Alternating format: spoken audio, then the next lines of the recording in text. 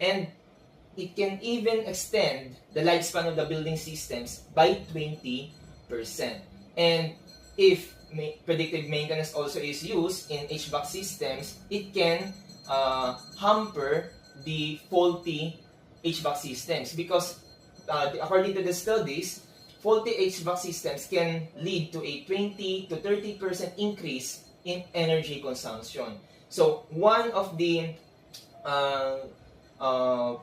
considerations that we offer to our clients is we must lessen the use of the energy. So one of the solutions is to create a predictive maintenance on our proposal. So my proposal here is to apply predictive maintenance on Revit program as a prototype template. So in short, isasama ko or integrate ko yung predictive maintenance